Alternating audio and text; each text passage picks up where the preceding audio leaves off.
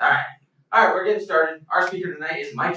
He is running for president on the Libertarian Party platform, and he will be back here in a month to debate the rest of the Libertarian Party presidential candidates at the LBCO convention, a debate which I will be moderating. So you should all come out for that. So please give it up for Maat.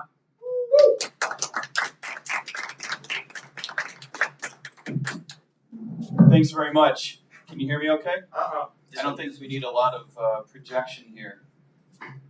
You can hear me okay over there? That's probably too bad. I'm going to say a few things that are going to piss you off, I bet. So I think we're okay with that. I am on the road lately. I'm on the road lately because this campaign is about very important things. This campaign, this entire election cycle is not going to be about small things. The United States foreign policy is not a small thing, and the fact that it is not aligned with your values is not a small problem. These are not math problems, they're not numbers problems, they're at their most fundamental, not money problems, they're not even resource problems. These are ethical problems, they're values problems. The biggest problem with the monetary policy in the United States is not a calculation error. The fact that the federal government of the United States undermines our currency and makes it difficult for families in this country to make ends meet, that's a values problem, that's an ethical problem. The fact that our government spends too much money, the fact that we have accumulated $34 trillion in debt and we plan on passing that on, let this sink in, over $100,000 per person for every man, woman, and child in the United States is being passed on to future generations. This is not a calculation error. This is not a problem of math. This is not for economists to solve. This is a problem of values and ethics and principles. The fact that your government took money from you and from families all over the United States, forcibly, I might remind you, pooled it up and sent it to a laboratory in China to develop a virus that was then leaked. Please God, let's find out that was a mistake. And then lied to you about it. The Chinese government lied to you about it. The federal government of the United States lied to you about it. They lied to you about how it was created. They lied to you about the characteristics of it. They lied to you about the research that was done on it. They lied to you about the people who were involved with that research. Then they lied to you about what was to be done about it, what could be done about it, and what should be done about it. Then they lied to you to justify shutting down the economy. And then once and for all, they lied to you in order to make you take a vaccine that was not necessarily in your interest. Certainly the way that the vaccines were developed were pieces of information that should have been disclosed to you when it was made optional for you to take this vaccine. This is not a science problem. This is not a medical issue. This is an ethical problem. This is a values issue. The fact that the simple dignity of being able to raise your family the way you see fit and have your children educated according to your own values, that has been taken away from you. This is not a math problem. The fact that your law enforcement agency is not held accountable in a way that would require the values of that agency to align with your community's personal values, this is an ethical problem. This is not a clerical error. This is not an error merely of leadership. This is an error of principles and values and ethics. These are not small issues. These are large issues. I'm in this race because I believe that I can help move our Libertarian Party in a certain direction to do things differently. We all, I think, appreciate, I think we're all on the same page regarding the fact that the Libertarian Party has a huge opportunity in 2024. I won't belabor the point. I'm no political savant, but I think that we all recognize that objectively speaking, just based on polls and statistics, it's easy to see that the likely nominees of the Democrat and the Republican Party each are problematic, let's say. They're not particularly popular inside their own parties. They're wildly unpopular in a cross-party sense. They're wildly unpopular, historically unpopular by every standard, especially among independents. It is also true that both the Democrat and the Republican Party, notwithstanding their leadership and having absolutely nothing to do with their current leadership, have each abandoned what used to be their bread and butter political agenda. When I was growing up several thousand years ago, you would be able to find on any street corner a Republican who is fiscally conservative. Not so much anymore. You might be able to find one or two who would at least claim the mantle. You would be able to find, wait for this one to sink in, an anti-war Democrat. You could find a Democrat who would stand up for your First Amendment rights, and once in a blue moon, in the dark, you could bump into a Democrat who would stand up for your Second Amendment rights. Ask your parents. You would be able to find Republicans until relatively recently who would stand up for free trade. All of this is gone. It also used to be the case that when we saw authoritarianism grow in democracies around the world, we would make fun of them. I'm ashamed to say that out loud, but it is absolutely true. We never thought it could happen in the United States. The joke is now on us. We see a growing sense of authoritarianism in the United States, and we know where it comes from. It comes from political parties, typically individual politicians, giving up on their past political agenda and adopting as their number one priority keeping the other idiot out of power. The number one priority of the Democratic Party is to keep Republicans out of office, and vice versa for the Republicans. This is where authoritarianism grows. When a politician stands up and says, what you really have to fear is not the loss of your civil liberties, it's that other idiot coming to power. That other idiot represents a threat to democracy. Sound familiar? Donald Trump didn't invent it. Hillary Clinton before him didn't invent it. These people just accelerated it and said it more loudly. Our government has gone completely off the rails. This does represent a big opportunity for the Libertarian Party, but in a sad way. Leaving that behind just for a moment, I'd like to make the case that this is more than just an opportunity for the Libertarian Party. This is a call to duty. This is an obligation. If you're waiting for a Republican Party, a Republican politician to lead the charge back toward a constitution of delimited powers, if you're waiting for a Republican to lead the charge back toward a truly representative republic, I think you're arguably waiting for something that's not going to happen. If you're waiting for a Democrat, if you're looking for a Democrat who can even spell the 10th Amendment, I think you're looking for something that just isn't out there. It is truly up to us. We are, after all, the philosophical descendants of the people that put this government together for one legitimate purpose, to protect our civil liberties. It's the only reason anyone sails across the Atlantic Ocean in the 18th century, let's be honest. We are the philosophical descendants of the people that wrote the Declaration of Independence. We are the philosophical descendants of the people that put the Constitution together. There's no one else who's going to lead that charge. We're lucky to have 20 people in the room. Multiply this by dozens and hundreds around the United States. That's still not a large number. It's up to each one of us to pick up a shovel, and not the kind that you can dig your own ditch with. The kind that you can wield as a weapon, and I mean that metaphorically, please. Although you do what you got to do. I saw your eyebrows move before I said that. Don't look away. Don't look away from me. I saw your eyebrows move. Don't look at Rodney. He's not the only one who gets in trouble in this room, and I happen to know that's true. It is up to us. And remember that it's not about us. Sure as hell isn't about me. It's not about anyone in this room in particular. It's about others outside of this room. It's about people whom we call brothers and sisters for no other damn good reason than the fact that they are fellow Americans. People among us who are the least able to withstand the force of the federal government, the state government, and the local government. The people who are most affected by bad public policy. The people who are most affected by bad monetary policy that I alluded to earlier. I was a police officer for 11 and a half years, Rodney, on the road until just a couple of years ago.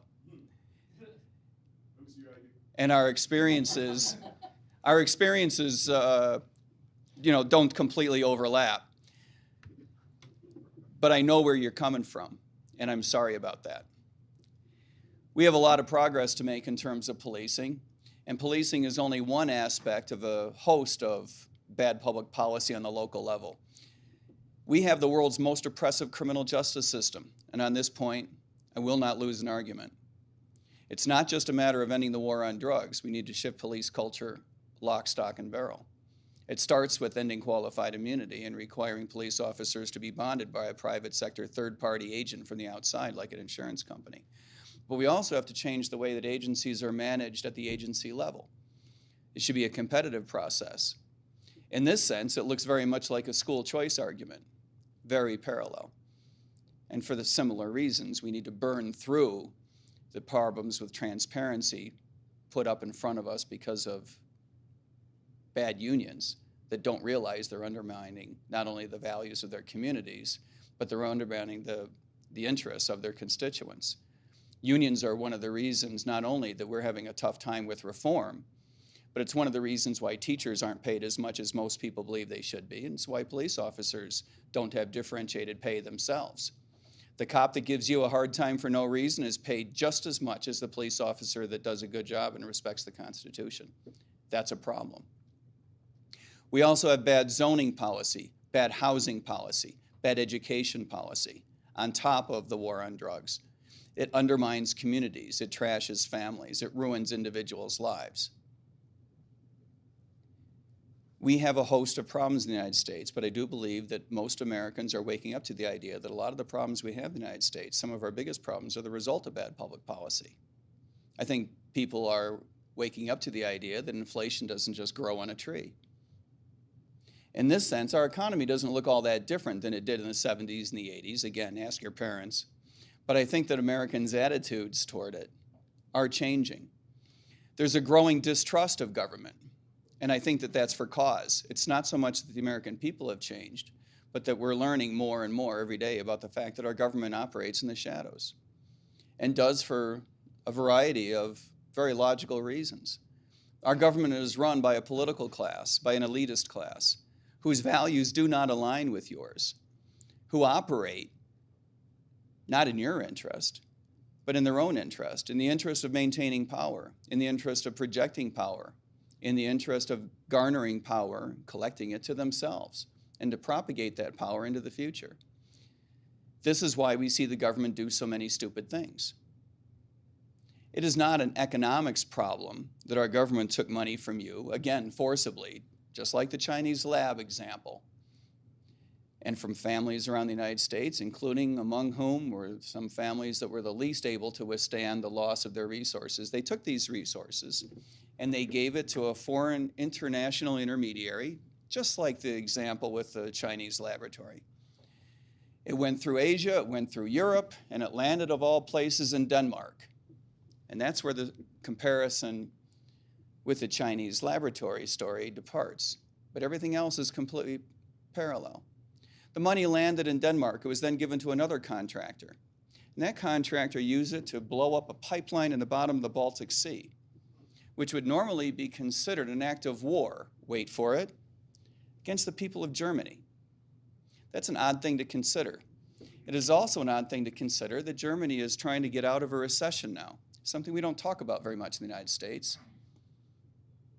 We don't talk about it because CNN doesn't want to talk about it, because the Democratic Party doesn't want to talk about it, because the White House doesn't want to talk about it, because the Defense Department doesn't want to talk about it. It turns out if you blow up a pipeline that affects 25% of someone's resources in terms of energy input, you can throw them into a recession. Rats. This is not an economic problem. This is an ethical problem. This is a values problem. The big reason I'm in this race is because I believe I can push the Libertarian Party in the right direction. We do need to do things a little bit differently than we have in the past.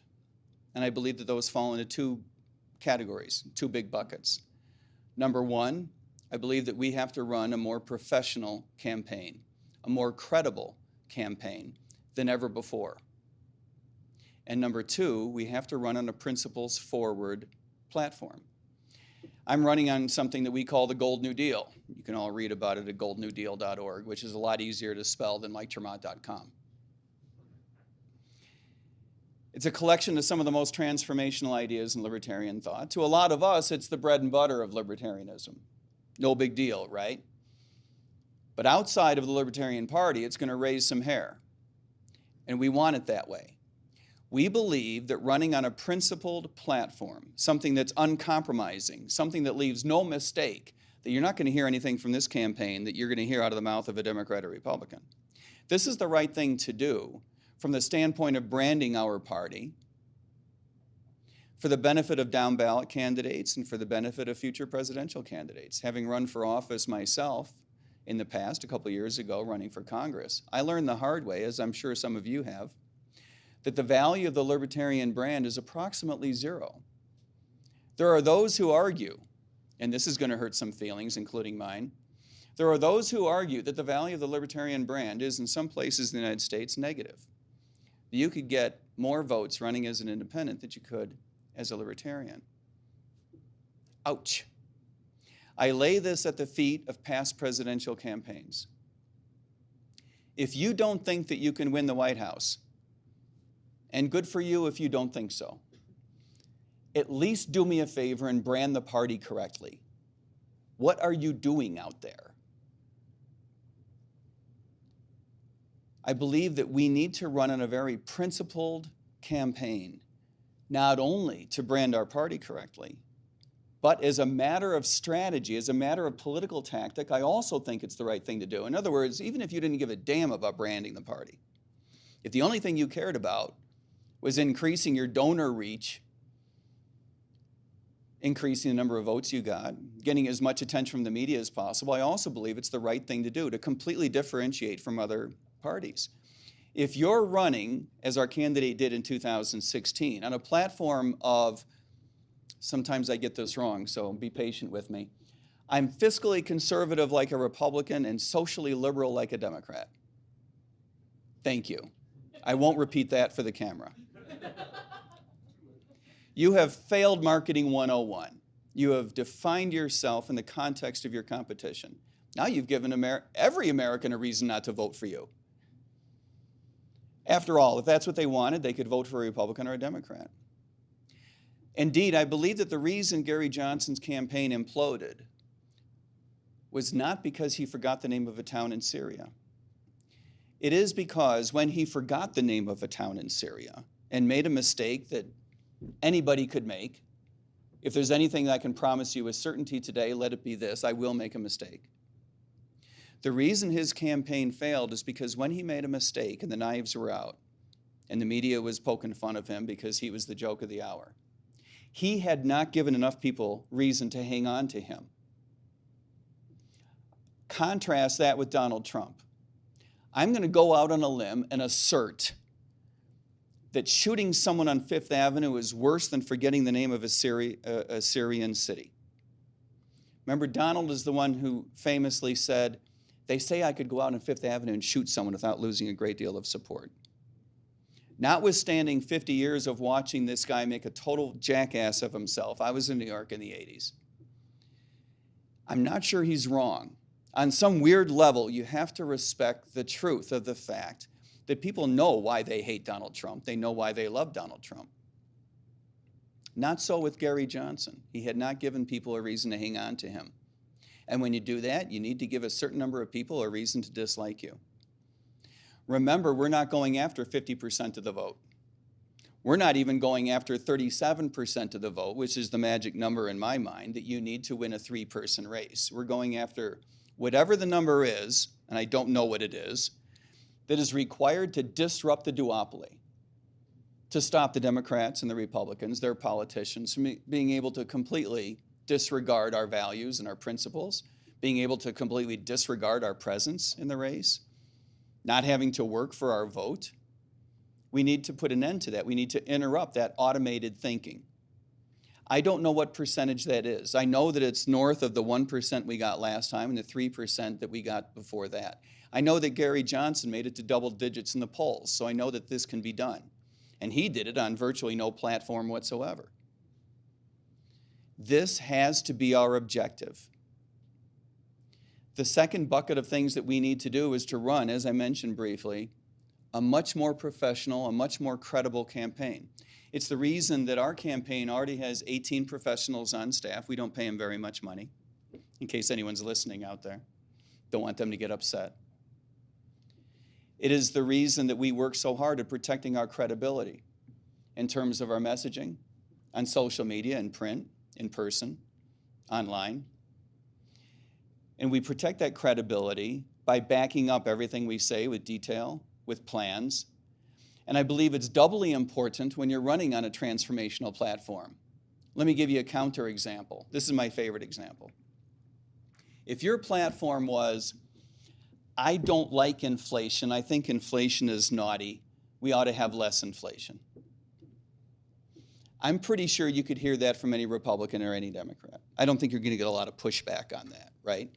I'm pretty sure you could say that on Fox or MSNBC or Joe Rogan or the redheaded libertarian, and you're going to be fine. I don't even think anyone's going to question you on that, right? They're going to move on to the next question. That's just not an interesting statement. You don't have to have had, you don't need to be able to spell economics to be able to make that statement, right? On the other hand, if you point out that Republicans have come and gone and Democrats have come and gone, and the Federal Reserve System for 100 years has persisted and has demonstrated, although Austrian economists would have told you a hell of a long time ago, the Federal Reserve has run a 100-year experiment during which they have finally proven to us they are utterly incapable of achieving what it is that they have set out to do, to lean against the boom-bust cycle, to protect the value of our currency. And for this reason, we need fundamental change. We need to end the Federal Reserve's system of discretionary monetary policy. Remember, the way policy is made in the United States today, for the number one, by far, number one currency in the world, whether the pound or the euro is in second place doesn't seem to matter. The gap between first place and second place is so large that for all practical purposes, there really is only one international reserve currency in the world today.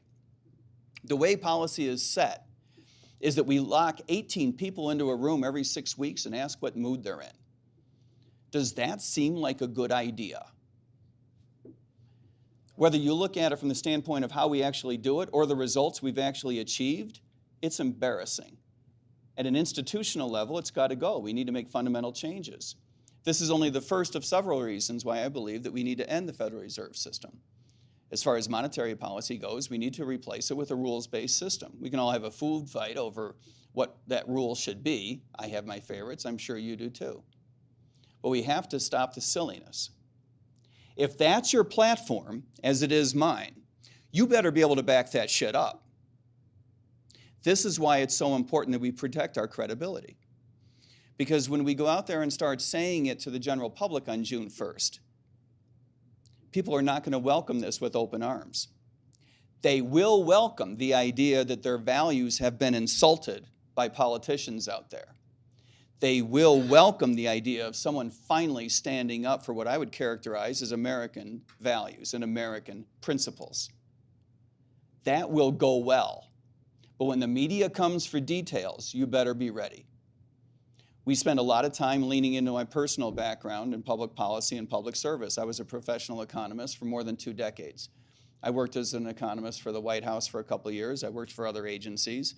I spent almost a decade as a professional advocate in Washington, D.C. for deregulation, for greater competition, for freer markets. I spent almost another decade with my own business educating financial services executives and providing strategic consulting to financial institutions and to nonprofits. I've taught economics at 3 different universities, including a lot of international finance and international trade. For me, a background in public service and public policy inside the Libertarian Party probably doesn't carry all that much water. For me personally, it doesn't usually carry all that much water, to be honest with you. But outside of our party, especially when it comes to big donors, it matters. There is a threshold of credibility that people expect out there. And I believe that we have not always, let me try to be polite about this, we have not always carried that ball and run with it, representing our party. And it's time to do that in spades this time. We will be ready. I believe that we are almost ready for the general election campaign right now. Not ready tomorrow, but we're way ahead of schedule and we will be ready. There is a lot yet to go on inside the party by the time we get to the nomination. It's only 3 months away now, but a lot will happen over the next 3 months, and I do look forward to seeing you at the Colorado Convention. I'm interested in hearing from you all what you think the big issues will be, not necessarily before the end of May, but certainly on the other side of the end of May. Particularly what I'm interested in hearing is whether I am completely delusional that the American public is ready for a clean, clear, crisp anti-war message finally. I hope that's the case. I got one head shake already. Economic issues always rise to the top. As an economist, I should be personally gratified by that. But I do wish that we had a national conversation about foreign policy. It's not easy. It's not easy in the sense that we have to look in the mirror to a certain extent and ask why we put up with so much bullshit for 3 generations now. I think Americans are increasingly comfortable with the idea that it's a values-laden problem, it's a principles problem. But also, just objectively, empirically speaking, you have to admit that as good as the federal government of the United States is, on a tactical level, blowing things up and killing people, taking ground, opening sea lanes, excellent. On a strategic level, we suck. It is simply not true that the Defense Department of the federal government of the United States has achieved things that most Americans would point to and say, that was a good idea. That was in our interest, notwithstanding the billions of dollars it cost or the thousands of lives we've lost. There's plenty of examples out there of it having been a good idea, notwithstanding all of that. No, there aren't examples of that. And sadly, and most Americans need to be reminded of this, in the cases of Afghanistan and Iraq, it wasn't billions of dollars. It was trillions. And it wasn't thousands of lives lost. It was over 1 million.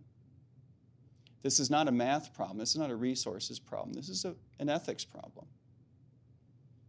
It's one of the reasons why I believe that we need to maintain neutrality in the Middle East. And this is a tough one, because this one feels personal. What's going on today? We all have our opinions, but a lot of us feel differently about Israel than we do about other places. I've traveled Israel extensively. I've traveled Palestinian territories. I've sent my daughter there for her friend's bat mitzvahs. I've sent my son to train in Jordan. I've traveled the Middle East from Morocco to the UAE, Egypt, Turkey. It feels personal. There are people on my team who have family there.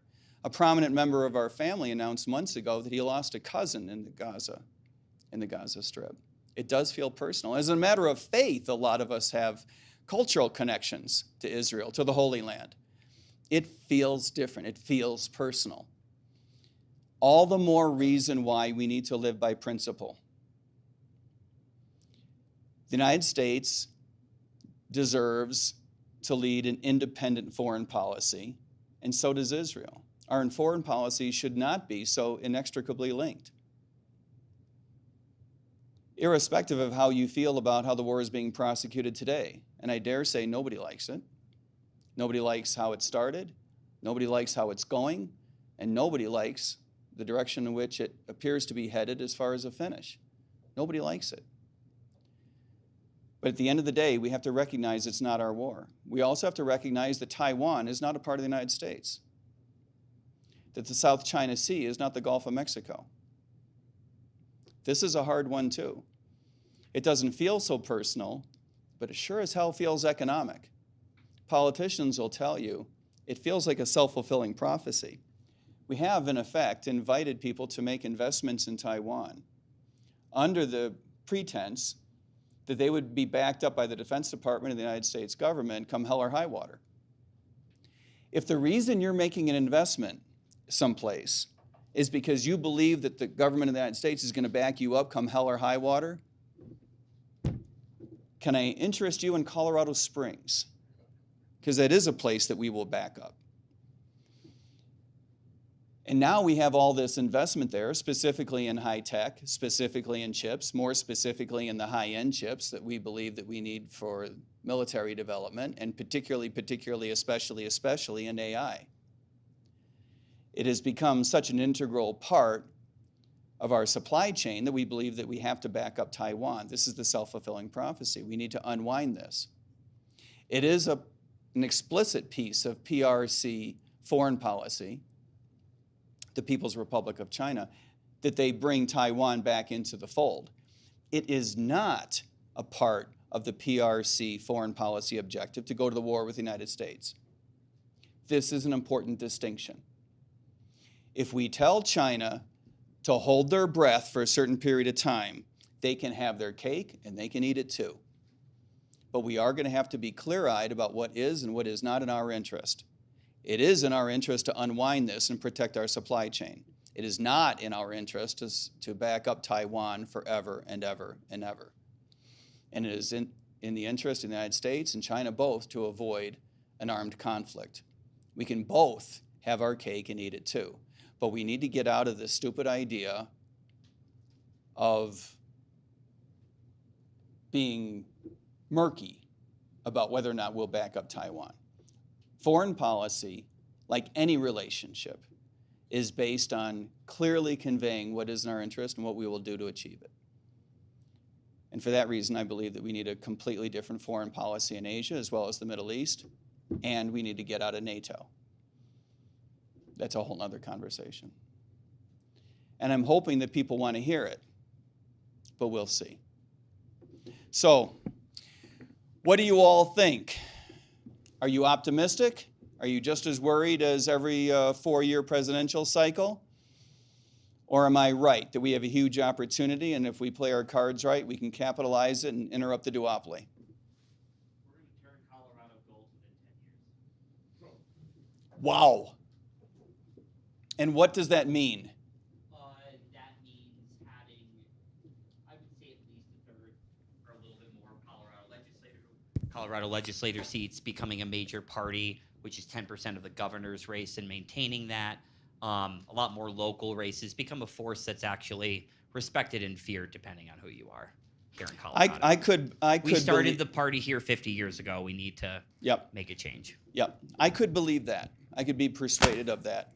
I do think that that will be, I don't want to use the word impossible. I think that that will be exceedingly difficult if we don't run national campaigns that brand the party correctly. I agree with you. If you're doing all the lifting yourself, that's an uphill battle. And you deserve better. You deserve to be backed up at the national level. Sir. Sir, behind you first. I'm just very interested in the top 3 bullet points of the golden chicken in every pot platform. The golden chicken in every pot? That's actually a chicken in every golden pot, by the way. Yeah. It's actually pot in every chicken. Yeah, okay. The big headline, and we'll come back up to the front real quick here. The big headline is to change the relationship between us and our government, especially the federal government. The way that starts out is federal legislation and possibly even moving toward an amendment over time, but at least federal legislation giving states methodology to opt out of federal supremacy, being able to settle in state court discrepancies between state law and federal law, giving them, in effect, a pathway to unilateral nullification. In lieu of that, I believe that we could achieve it similarly just by passing the 10th Amendment over again and saying, this time we mean it. But that might be tricky. So I'm suggesting that we move toward a legislative operation at the federal level, giving states a method to opt out. By the way, a libertarian-minded administration can do a great deal unilaterally to give states an opt-out in a regulatory context. That is very important. You can make much, not all regulation, but much regulation subject to the approval of individual governors in their respective states, and that would help us a great deal. I also believe, you did say 3, so let me give you a third. Speaking of pot in every chicken, I do believe that it is important that we end this silly idea that there should be a direct financial relationship between individuals and the federal government. I believe that we need to replace the IRS with state legislatures standing up for us. In other words, to the extent to which the federal government needs revenue, and we can all argue about the fact that the federal government should make do with not just less revenue, but much, much less revenue, right? And that is the direction that we want to move to. But I'm talking about a slightly different topic of no matter how little that number is, the way that number should be raised should not come directly from individuals. It should come from state legislatures. If anyone in the room has ever been audited like I have been, you know that that is not a fair fight. That is a very weird relationship. Nobody stands up for you, right? Your mayor doesn't stand up for you, your county, your state, nobody stands up for you. You are on your damned own. That's not right. I believe that states are in a better position to tell the federal government to go pound sand if they ask for too much money. I'm not saying it's a silver bullet. The federal government still has far too much power and can leverage states, but I believe that states need to bind together and stand up for us. Regarding branding of Libertarian Party, one of the biggest issue was that no libertarian politician got to power until recently. So right now we have Milei in Argentina who got to power, and maybe the biggest improvement of libertarian brand would be help him somehow to improve situation in his country, and then it could change situation here among minds of voters. What do you think about that? I love it. Unfortunately, the ideas typically trickle down from first to second to third world. It would be nice if Americans paid attention to Argentina. I don't think most Americans could find Buenos Aires on a map, and if they could, they wouldn't know they were in Argentina. So this is a substantial challenge. Coincidentally, my son is in Argentina as we speak, and my daughter acts as our translator to the Malay people because, as you may know, the Castellano dialect is slightly different from Spanish, and therefore you do run the risk of offending them if you don't come through with the right dialect. And we've made some contacts with those folks. I've been interviewed by some of the people that you know, are in the administration. We've done Twitter spaces together and that sort of thing. So we've made some effort. I should also point out, and this is somewhat self-insulting, I might say, I put out quite a few videos from time to time. But the video that I put out emulating Milei, you've probably seen the Milei video where he takes things off of the whiteboard and throws them on the ground, and in Spanish says out, out, out. He's saying afuera, afuera, afuera, right? Over and over again. So, you know, I had to make one of those, right? Okay, just to give you some context, videos I make about American politics or about me, my favorite subject, right? You know, 2,000 views, I'm lucky if I get 20,000 views. You get the order of magnitude, right? Okay, emulating Milei, as far as we know, and I have no idea what the true number is, the ones I know of, 1.5 million views. Those are just the views I know about, right? Never mind copy, paste, and, you know, put all over the place. And that was just in the first 3 weeks. So I actually have no idea what the number is now. How does that make you feel?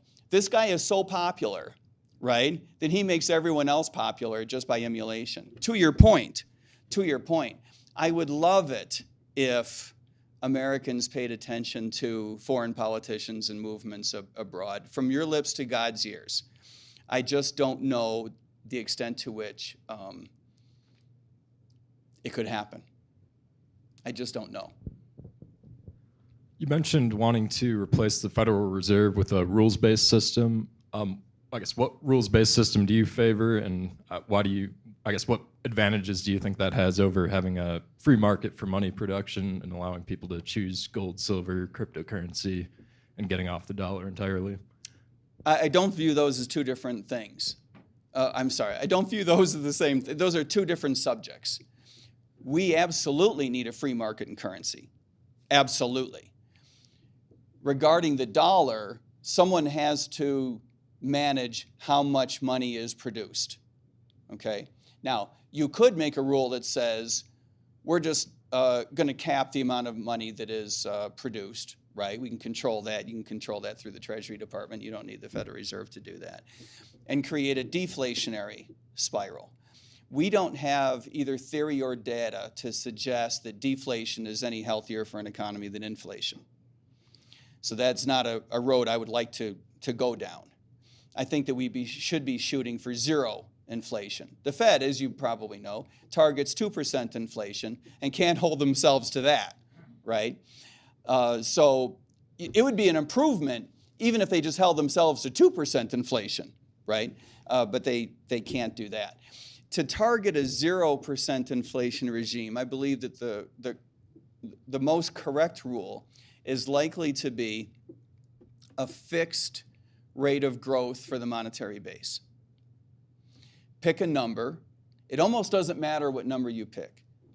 I would pick probably 2% for the amount of money in the world, the amount of dollars in the world, to increase by 2% a year.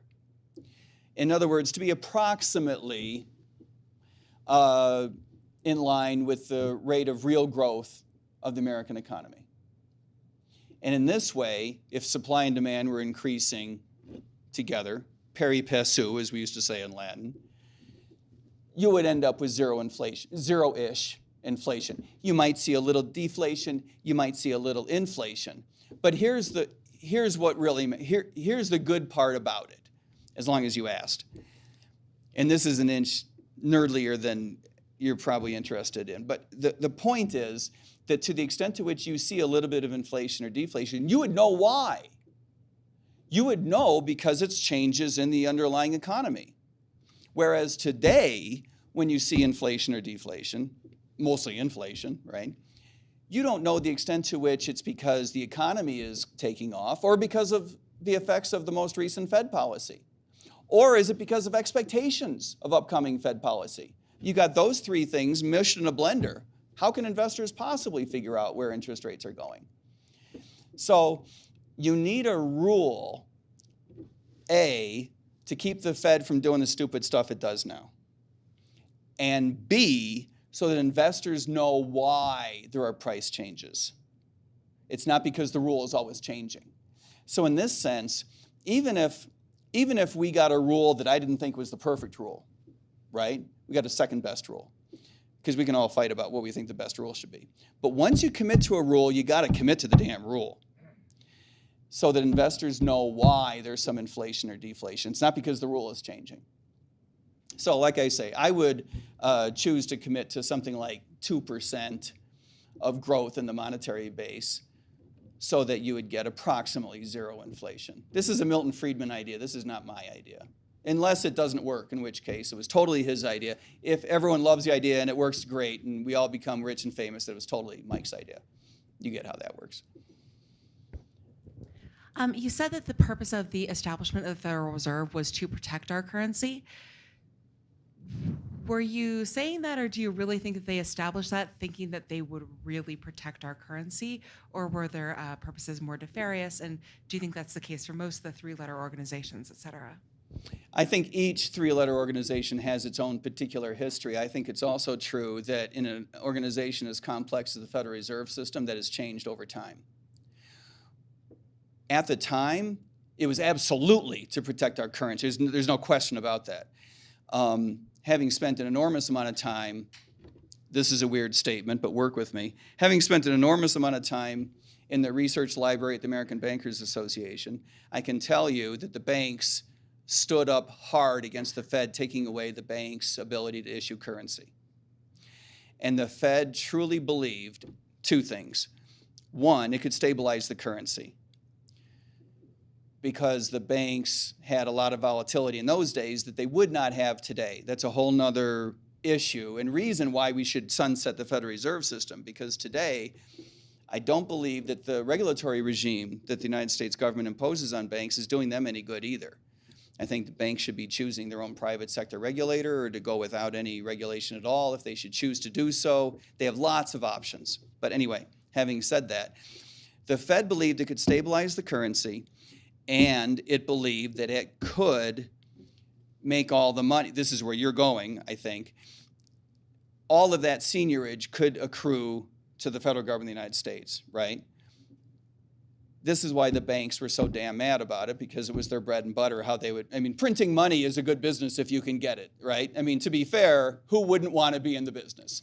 So to think that there wouldn't be a fight for this, of course there'd be a fight. There was a fight among the banks, and there was a fight among the banks and the Treasury Department, then there was a fight among the banks and the Treasury Department and the Fed. Of course, everyone wanted in on this action. But the Fed did believe that it could stabilize the currency. And over time, I think you have to admit that the Fed has pretty much thrown in the towel on protecting the currency, but still does believe that it can lean against the boom-bust cycle.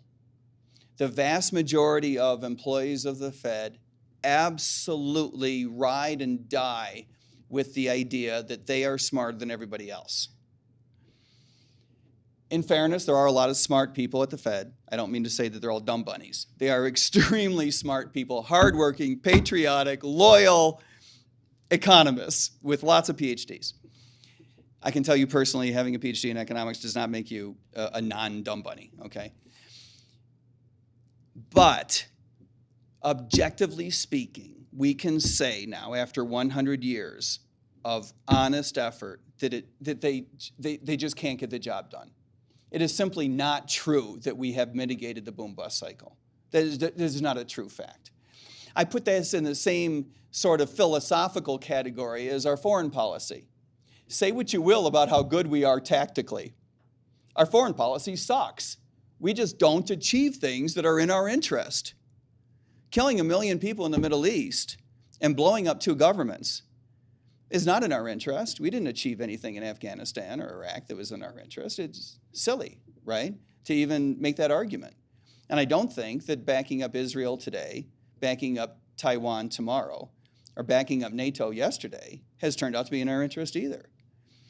Notwithstanding the fact that we have very smart, very hardworking, very ostensibly patriotic people working at this, we have learned the hard way that they're just not getting it done in a way that aligns with our values and our interests. That's the point that I would make. I don't think that the people who the Fed employs are evil. I do, on the other hand, believe that keeping the Fed going, knowing what we do today, that's evil. That's evil. It's okay not to know and take a shot at it, right? But once you know that it doesn't work, once you know that it's an inflation-creating machine, once you know that it's actually undermining Americans' ability to make ends meet, and you keep it going, that's evil. That's a policy problem. I don't lay that at the feet of the nerdles who are trying.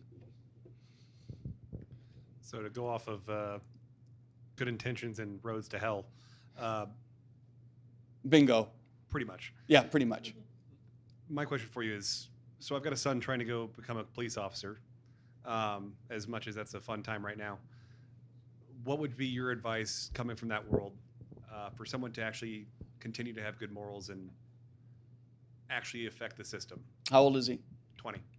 Wait. Good luck on that one. He's 20. He doesn't wait on anything. He thinks he has waited. That's my number one. That's my number one, is you got to wait. I was 49. For me, it was a second career. Depending on how you define careers, maybe my third or fourth career. More than 50% of my class had at least one parent younger than I was.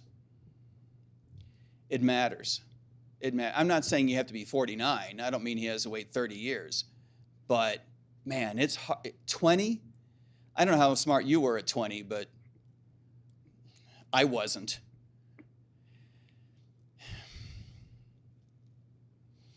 By the way, parenthetically, before we come back to this, I do believe this is one of the reasons why the Defense Department recruits people so young. Right? It's a combination of only someone that young would walk into the line of fire, and B, only someone that young would do something so obviously unethical just because their bosses told them to do it. I think that these things are not completely unrelated. And for that reason, I think that young men especially, but I would say young women too, they need to wait. I think that they need to wait. But having said that, he's going in. Find a department that the community believes in. The communities oftentimes, not always, oftentimes get this right. Communities that hate their police departments, it's not because the communities, right? It's because the police departments sometimes have problems. And there is such a thing as a culture that's specific to a police department. I was lucky. I worked for a super agency. Objectively speaking, by comparison to the other agencies around, I saw other agencies around. I worked in Broward County, Florida. Densely urban, very fast-paced environment, right? Call to call to call to call to call. Crime every night, crime every day. You see the difference from one agency to the next. The culture matters. And at 20, you're going to get swept up in that culture almost no matter what. Almost no matter what. And I'm sure he's a good kid, right? I mean, kids are kids. You know, kids, they start out good, but they get swept up in these cultures that are sometimes bad for you. And the reason, and I don't know that this was your question, but the reason I went there is because I do believe that getting involved in a culture that's not good for your community is not good for you. Does that make sense? One of the things that I found, a lot about police work, I would not have anticipated. Possibly most of police work I would not have anticipated as such. For example, one of the things that I found that I did not anticipate is that you do fall in love with your community. I'm not necessarily an advocate for this. I don't know if doctors fall in love with their patients or teachers fall in love with their students. Yeah, who knows, right? And I'm not sure I would, by the way, I didn't mean that in the romantic sense. That's creepy. That's creepy. But as a cop, if you give a damn at all, you do, in a sense, start taking your community seriously. You start to feel personal. You know, when a crime is committed in your zone, if a crime is committed against a family that you know, when bad things happen in areas that you feel, you know, for whom you feel some responsibility, you take it personally. It hurts, right? This is something that I think is harder on young people than it is on others. And it is worth mentioning that depending on where you are, if we're talking about an urban area, you are going to see some stuff that that people shouldn't see so much of. It's not good for you.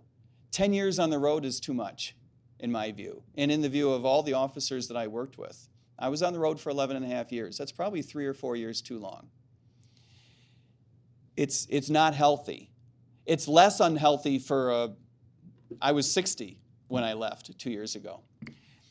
It's easier to take when you're older. You know, your cake is baked, right? You're not quite as vulnerable in some sense. I had already raised 2 kids. I'd already been through a couple of marriages. You get where I'm going? You know, some of the stuff you see doesn't quite shock you the way that it will to a 20-year-old. It's hard. I would say the same thing to paramedics. You know, a 20-year-old paramedic, that's rough. That's rough. So I would wait. The other thing that needs to be mentioned is one of the big differences, maybe the fundamental defining difference between good police work and bad police work, is that as a cop, you quickly realize you have enormous amount of latitude. This I did not anticipate. Enormous latitude over how individual cases go in so many examples. You really are the last stand for the Constitution. It's a team sport, but whoever is the officer in charge of that particular case has a lot of latitude. And that's a responsibility that I think is more appropriately set on a 30-year-old than a 20-year-old.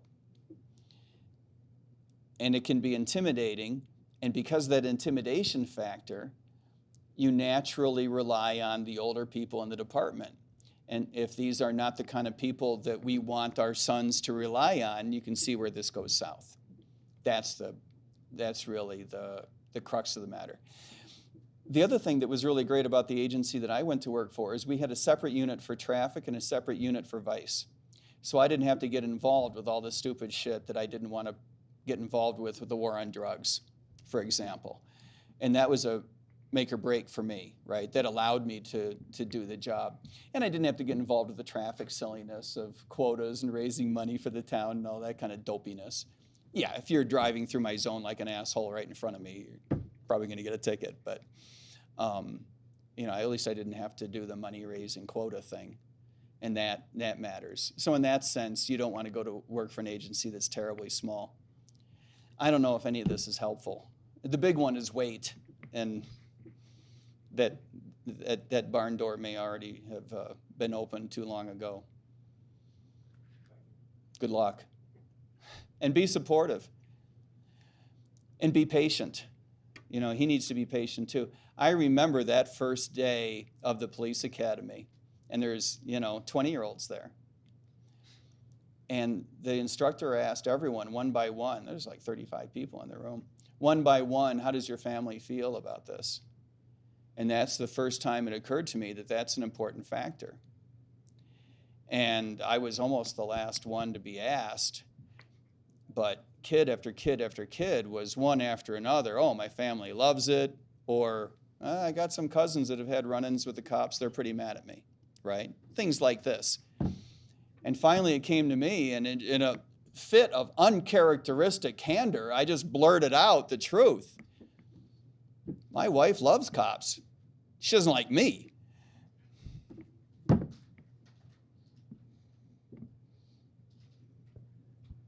We're going to do 3 more questions. Oh, I don't know. We may have exhausted. 3 or less. Yeah, we may have exhausted them. Yes, sir. Oh, I've visited your website, and Thank could you you for doing expound so. on Lisa? I'm a bit confused about what you're trying to do there. we're trying to learn how to, let me give the background first for those who haven't visited the website. Lisa is an AI bot. LISA is an acronym for Libertarian Intelligence System Application. LISA is at libertarianintelligence.org. LISA is a ChatGPT-based AI bot to answer questions the way a libertarian would. It gets better every week. It gets better every month. It's already a lot of fun. You ask it a public policy question, it gives you an answer. So it's a lot of fun. The point is to develop a tool, and it's still under development, it is still in beta phase, right? The point is to develop a tool that we can use to reach out beyond the Libertarian Party and beyond our movement to the American public in general, to teach, to show, to answer questions. That's the fundamental point. So we want it to be really good by May. It's okay now, right? And depending on the question you ask, it's fantastic. But again, depending on which question you ask, it once in a while drops a ball. As all AI bots do, by the way. AI bots are notoriously problematic when it comes to consistency, particularly in a conversation. Because it will remember what you asked a few minutes ago and it'll maintain that context. So if you switch topics on it, you can get it to say some pretty stupid things. If you switch back and forth between monetary policy and the border crisis, it's like, end the Fed, open the border. It gets itself all confused. And so we're working on that. But that's the point of it. It also needs to be said, I believe, that artificial intelligence is the wave of the future. And that is notwithstanding the risks that I think that we all recognize, that we all fear, right? I shouldn't say we all. I mean, I personally have fears. And I think that most of us rationally recognize that AI has a lot of positive upside potential for our economy, and we all fear the idea that either the government or, I choose my words carefully, some other evil actor besides the government, in addition to the government, would get their hands on AI, as every government already has, and uses it in some sense against us, right? As it already does. In violation of our First Amendment rights. Sir.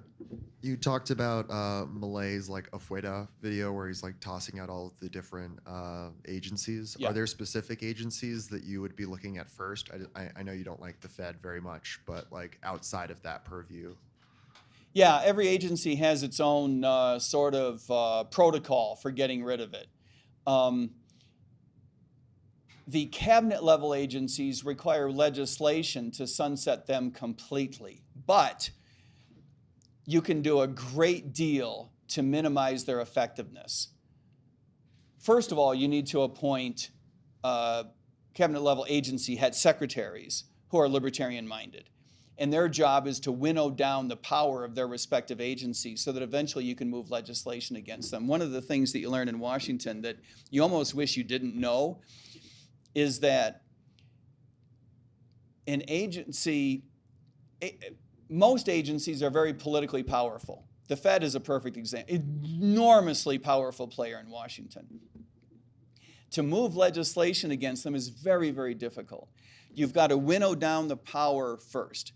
And you can diminish the power of these agencies by getting rid of a lot of their personnel. Some of them you can fire. Some of them you can detail out to other agencies. The FBI is a good example of that. You can't sunset the FBI legally, completely, unilaterally, but you can detail out the agents to all kinds of other places so they stop doing the stupid shit that they do now. Just an example. The other thing is that you can embargo block grants, for example, which would almost shut down places like transportation and DHS and things like that. So there are different techniques you can use for each case. You know, when it comes to some of the regulatory agencies, you can make a lot of the regulations subject to the approval of governors in respective states, as I mentioned earlier. And that's important. The EPA is a weird example of this. You can make much of EPA regulations subject to a governor's approval. Now, in a state like California, that might not matter much, right? But you're really only looking for one governor. You're looking for one state where some governor will have the cojones to say, okay, this is an opportunity, right? Not in my state. I'm going to make my state the competitively positioned place where people want to make investments, where people want to live. And that demonstration effect can really take off. That's kind of what we're looking for there. And I think there's plenty of examples of that. The energy realm, I think, is a big one. As I think most of us have come to recognize at this point, nuclear is the future of energy in this country and around the world. Not this dopey idea of subsidizing green, right, energy. As much as it's a lovely idea. I mean, who doesn't love a good-looking windmill, right? But it is dopey from an economic standpoint and from a technological standpoint in the long run. But having said that, it is largely at the federal level that the regulatory restrictions are concentrated. And of course, now in the United States, we've lost the technological edge. As you may know, most of the technological edge is in, France and the Netherlands and places like this. We need to invite investment back into the United States, and we need one governor to be able to stand up and say, gee, that's really interesting. A libertarian-minded administration in the White House has made these regs subject to my approval. I could imagine a governor saying, I'm going to develop a package that says, you come into my state, you got the financial backing, cross your T's, dot your I's, I can get you a permit to break ground in 18 months. I'm making that up, right? But if you had the financial backing, which as libertarians is pretty much all we would demand of someone, is that they would be bonded against some sort of a disaster. But I know that states typically like to impose some regulatory hurdles for some of these organizations to clear. I can imagine a governor making a competitive run at bringing nuclear energy back, and I think that would be very exciting. Last question. So you talked about running a professional campaign, which I think is great, but I want to give you a little bit of pushback. Do you think that maybe a bit more vitriol is warranted for some of the people in government. You talked very positively about the Federal Reserve and the people who work there, which I personally don't really think they deserve. There's a video that came out this week. I believe it was a regional Federal Reserve Board talking about how we just print money and people believe it. Janet Yellen is almost as senile as Joe Biden, if you've seen any videos of her recently. Donald Trump, Biden, Fauci, they locked down the country. They force poison on everyone. They're stealing your money. They're sending your kids to war. Personally, I don't know. I would like a bit more vitriol for these blood-soaked monsters. I appreciate that. I'm held back by reality when it comes to the Fed. I know too much about the Fed for my own good. I personally know dozens and dozens and dozens of economists in the Federal Reserve System, and I know what it is that they're trying to do. I just happen to know that they can't get it done. I think that that's important, and it's important because there is a very large ecosystem in the United States around financial markets. And if you went out there and you said the Federal Reserve System is evil, right, per se evil, I think you're going to miss an opportunity. And I think you're going to miss that opportunity because you've said something that is just demonstrably untrue. Now, if you said keeping the Fed, knowing what we know today, keeping the Fed in place, that shit's evil. Now you're getting traction.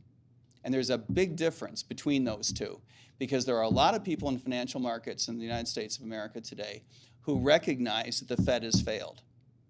And we need those people to come along with us. I include, for example, the Bitcoin community. The Bitcoin community includes a lot of very sophisticated players and a lot of dopey people too, I'm sure. Every community includes dopey people. I don't mean to single them out as being our saviors, right?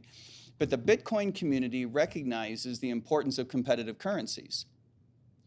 We need to back the idea of competitive currencies. It's one of the big reasons why we need to keep the Fed out of the idea of issuing its own blockchain-based currency, right?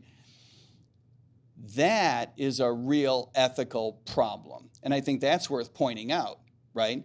Now, the people who believe that the Fed should be in that business, they think they're doing the right thing. They're not. And that's a real ethical problem. Because realistically speaking, I don't think you can really make the case that people at the Fed would not turn over data to the Department of Justice or the Department of Treasury or anybody else inside the government when it came to your personal information for individual transactions, right? I think the Fed would roll over like a turtle on a warm day. I just don't think that they're going to withstand that pressure. I think it's a real ethical problem. So I do believe that we need competitive currencies, but I also believe that we need the Fed out of that business. This is another reason why we need to get rid of the system. That's our talk. Give it up for Mike Thank Dermott. you very much. Thanks everybody for coming out. We will be back in 2 weeks. Glenn Roper from the Pacific Legal Foundation will be here to talk about suing the state. So thanks everybody for coming. Drive safe and have a good night.